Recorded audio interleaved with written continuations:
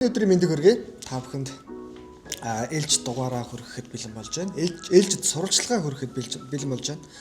За би ойрд хөх нарын дэрэгдэх сав contemporary art гэлээрээ сав орон зай гэж ярьж байгаа тийм. Сав орон зай кафед ерөнхийдөө бол нэлийн түлхүү очиж сурвалжлах хийж байгаа. За сая өнгөрсөн 3 сараас хойш ер нь нэлээд идэвхтэй үйл ажиллагаа явуулж байгаа. За ер нь яг бусад галерейнууд бусад одоо байгууллагууд гэдэг ч юм уу те иймэрхүү урлагийн талтай газрууд бол юмнууд хийж байгаа ч гэсэн яг гэртээ харих замд ер нь бол ороод гарах боломжтой тийм аятайхан газар байгаа болохоор ерөнхийдөө бол тийшээ ер нь бол байнга орж байгаа. Ер нь газрын та бүхэнд танилцуулаад заагаад өгье. За энэ хаана гэдэг вэ гэхээр талбайн баруун талд за богд тааврын ардталт гэсэн үг те. За тэрний ардталт гэрэл төвийн нэг давхарт байрлаж байгаа. Сав кафе, сав орон зай ийм газар байгаа. За өчтөр орой би нэг шинэ үзэсгэлэнгийн нээлтэн дээр очиж сурвалжлага хийгээд ирлээ. За энэ нь болохоор уран бүтээлч Насанбатын хэрэглээ гэдэг нэртэй үзэсгэлэн нээлттэй хийсэн. За ер нь бол өөрийнхөө хэлснээр болохоор сүүлийн 10 гаруй жилийн хугацаанд хийсэн уран бүтээлүүдээс шилж агаад нэг 8 гэсэн баха. 8 уран бүтээлээ дийглээд үзэгчдэд үн төлбөргүй ерөөд бол үзүүлж эхэлж байгаа юм билээ. За тэгээд сурвалжлага хийсэн уран бүтээлчийн өөрийнх нь ярьцлага байгаа. За мэдээж хөх нарын үндэслэгчдийн нэг талхай ах бас энэ одоо уран бүтээлийн талаар бас тодорхой хэмжээний жижиг тайлбар хийсэн байгаа. Энэ тайлбарыг бас та бүхэнд хүргэж байна. За ингээд 100 цаг эхлэхэд ер нь бол нэг үсрээд нэг 10-аад хоног, 20-аад хоног нь бол үлдчихлээ те. Тэгэхээр бүгдээрээ Улаанбаатар хотод болж байгаа сонирхолтой үйл ажиллагаа, ивент, арга хэмжээ, тоглолт өөр юу байна? Өөр хинтээ ярилцуулмаар байна? Хинээс асуулт асуумаар байна гэдгээ та бүхэн бас комментээр илэрхийлэх боломжтой шүү. За ингээд conception хэрэглээ гэдэг нэртэй үзэсгэлэнг бүгдээрээ хамтдаа сонирхъя. Та бүхэнд сонирхуулъя.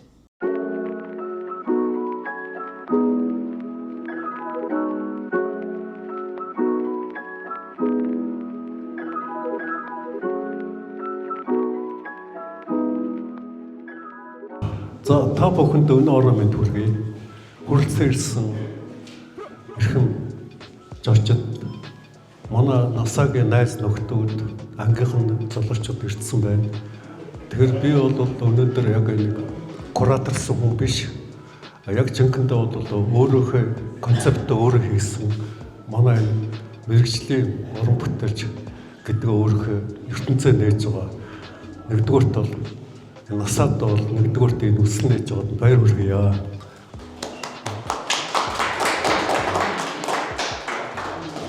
Би ерөнхийдөө бол одоо манай энэ quality ангийг төгссөн энэ залуучууд бол одоо баг зарим нь бол баг 10 жил ажилласан. Зарим нь бол ингээд 7-8 жилийн дээр ажилласан залуучууд байгаа.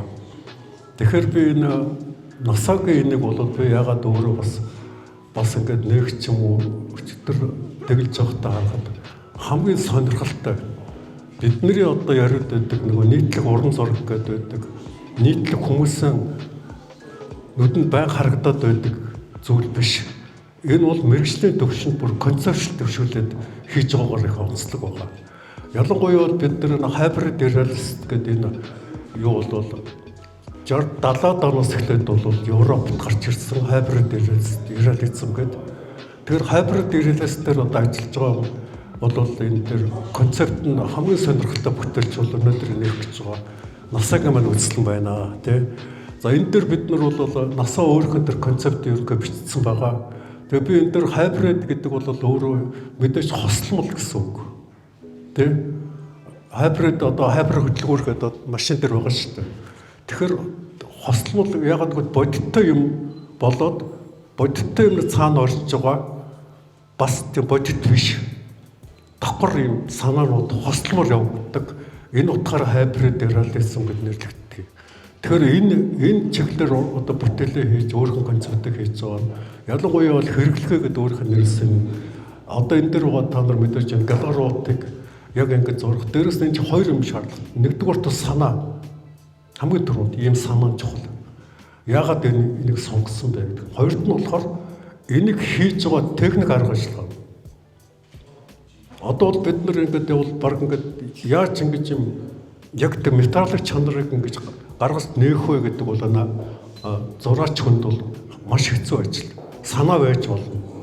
Тэгвэл санаагаа өөрөө бүтэн ингээд бидний нүдэнд харагдтал, гарт баригдтал ингээд хийчихэж байгаа бол энэ хүний болно гэдэг үрт маш өндөр чадвартай харуулж байгаа. Тэгэд ийм одоо ийм хүчтэй Монголын контрол урлагийн энэ дээр яг энэ дээр бол хайбрид реалист урлаг дээр урлагийн том төрөлх урлагийн контрол урлагийн том сан өргөд өөрийнх нь бүтээл орж байгаа гэж би хэлмээр байна. Тэгээд насаада дахин баяр хүргэе. Тэгээд насаа өөрийнхөө яриа.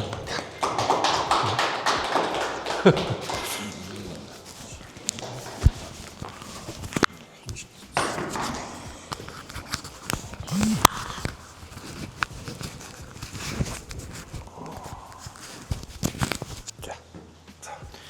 баярлалаа талхах.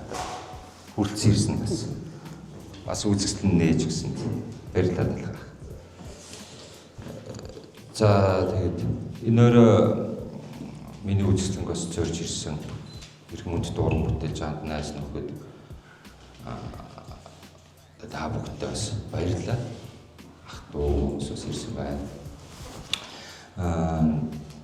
8 жил зурцсан байна. Яг энэ чиглэлийг барьж авч зураад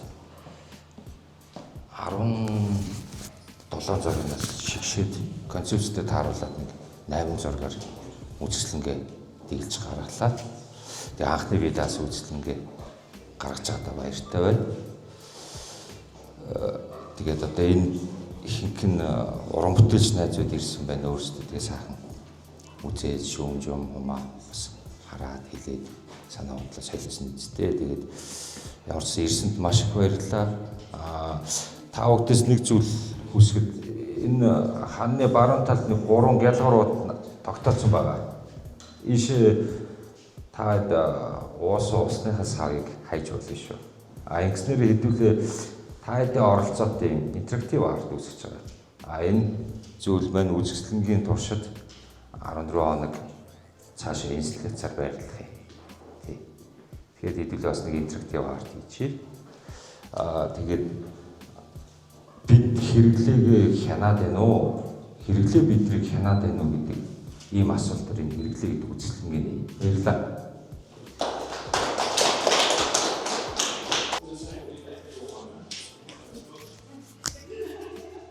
За. Орой. Ороймж. Зүчгүй. Зүчгүй.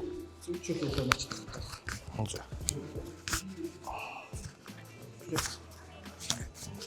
Табе. Игдэрч үуч. За. Нэг. За. 8 жил хүлээлээ. 8 жил ерөөдөө үзэсгэлэн гаргаж ажилласан байна гэж байна тийм. Үүдээ 20 гаруй бүтээлээ сонгоод авсан байна. Энийг шууд эндэн зөвчтэй. За. Чансал дуу.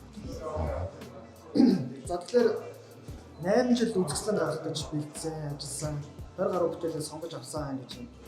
Тэгэхээр яг үзэгчдэд боёо одоо яг үзэсгэлэнгээр одоо дамжиж одоо ингээд харж байгаа хүмүүстэй энэ уран бүтээлээрээ ямар хуу одоо мэдрэмж өгье гэж бодсон бэ гэдгээс бол яриа хэлээ. За. Нэгдүгürt яг 8 жилийн турш энэ эхлээд санаанд үлдээ. Нэг хогоо ингээл хаяал уутандаа бөөгнөрөл хаягдаал тэрнээс анх санаа аваа. Хоёр дахь нь одоо ингээд хөдөө гадаа бид нар ингээд явж байхад ингээд хотоос нэг 50 км гараад ингээд уутны хог амар их хаягдана. Энэ уутны хогч өөрөө ингээд одоо 100 жилдээ жишээ нь уусахгүй ч гэдэг юм. Тэгвэл хог хаягдлын үйлдвэрүүд айгүй баг байгаад байдаг. Тэгээд энэ хэрэглээг нь ерөнхийдөө за би ер нь зураач хүн. Яг энэ зурдаг чиглэлээрээ ер нь хүмүүст нэг юм мессеж өгье. Их тэгж ер нь бол бас нэг ингэж өгснөөрөө бас нэг 30 хүн ч гэсэн хувь нэмэр оруулах юм болов гэж бодоод тэгээд ерөнхийдөө нэг 8 жилийн өмнө энэ сэдвийг барьж авч зурсан. Тэгээд энэ үзэлтэндээ бол 8 одоо шигшмэл бүтээлээ гэх юм уу дэлгэж тавьж байгаа. Тэгээд энд ирж үзэж байгаа хүмүүс маань ерөнхийдөө өөрсдийнхөө тийм хэрэглээг нэг хараад үзээсэй. Бидний янз янзын хэлбэртэй гой хогны сав үйлдвэрлээд байдаг.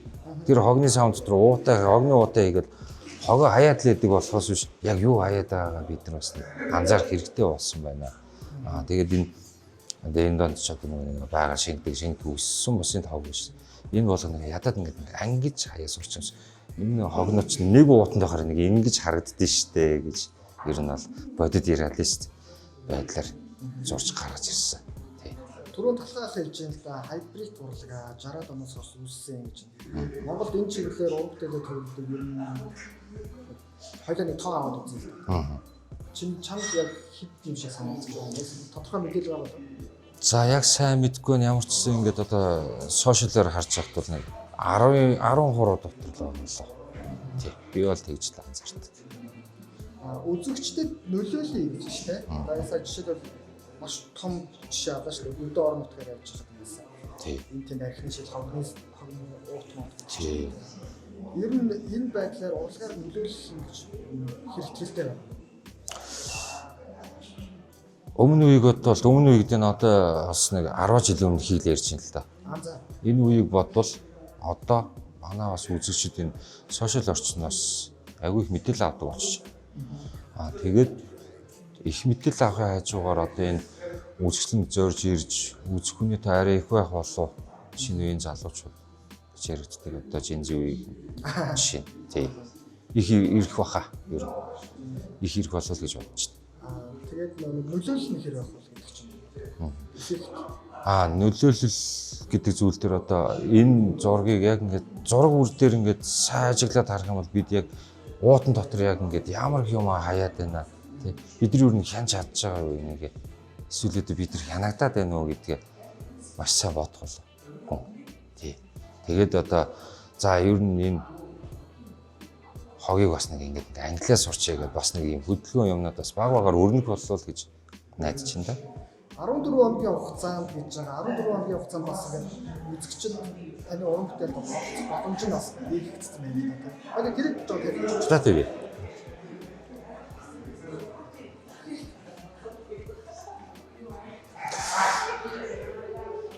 Зэн одоо интерактив арт гэж нэрлэгдэх зүйл. Тэгээд бас нөгөө талаас одоо юм инсталляц гэж нэрлэгдэнэ. Үүс тавьж байрлуулах. Энэ гялгаруутнуудыг тавиад энэ дотор ингээ хүмүүс ингээд энэ одоо энэ хэрэгэлсэн зүйлүүдээ ингээд хаяад орхиод явах юм. Тэгээд хүмүүст энэ хүмүүс өөрсдийн юм оролцоо туудлага болчихж байгаа. Тэгээд ингээ үүс байрлуулаад тавьчихараа бид нар одоо энэ зурган дээр байгааг яг л энэ бодитоор нь ингээд харж байгаа. Тийм учраас нэг инсталляц бас нэг орчин үеийн урлаг дээр бас зургнуудтай бас ингэж хоршуулж бүтээлийг бас тавья гэж бодсон.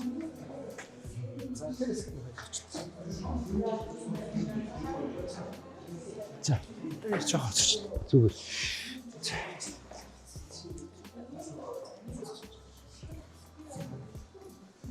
Тэгэхээр яг одоо үзэж байгаа үзэгчд маань бас тодорхой мэдээлэл авах гэж магадгүй гэж би бодоод байна шүү дээ. Тэгэхээр өөрийгөө хойлоод өчигдөр танилцсан тийм.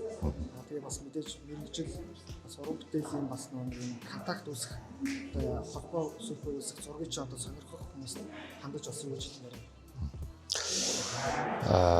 Дүр сурлагын дэс сургуулийг 2010 онд төгссөн уран зургийн ангийг нэг болдог шүү дээ. Ангийг төгссөн одоо тэгээд дэрнээс хойш уран бүтээлчээр ажиллаж байна. Одоо 16 дахь жилд ер нь ажиллаж байна. Насан бат гэдэг уран бүтээлч одоо яг уран бүтээлээ төрөж яваа хүн. Тэгээд энэ ч одоо ирээд холбогдох хүмүүс одоо ерөнхийдөө үзэлтэн дээр бол өөрөө сууж байна. Тэгээд тайлбар авахыг хүсвэл бас тайлбарыг нь өгөөдөгөө явуулчих мэдээ зураг гэдэг чинь хүн нэг хараад ойлгочдөг бас ямар үзэл санаатай концепцтэй байна гэдгийг бас нэлээд бодох болоо. Яагаад иймэрхүү өнгө дэвсгээр одоо яагаад ийм тор авсан ч гэдэг юм.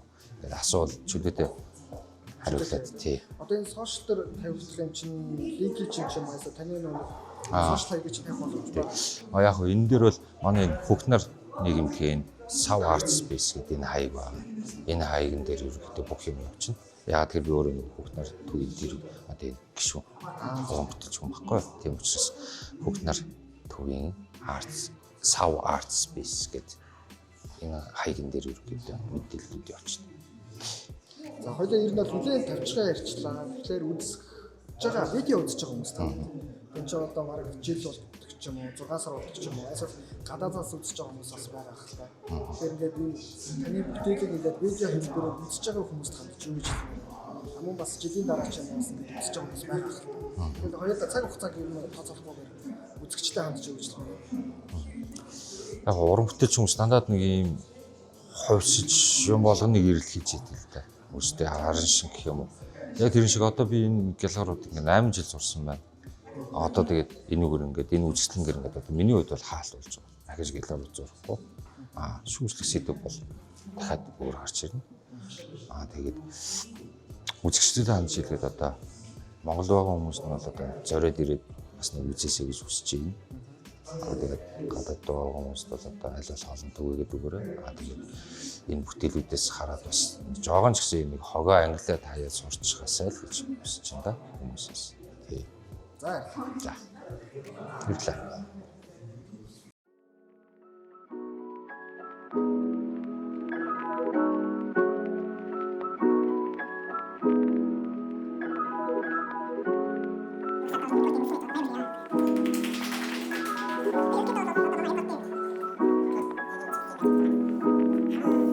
Pro.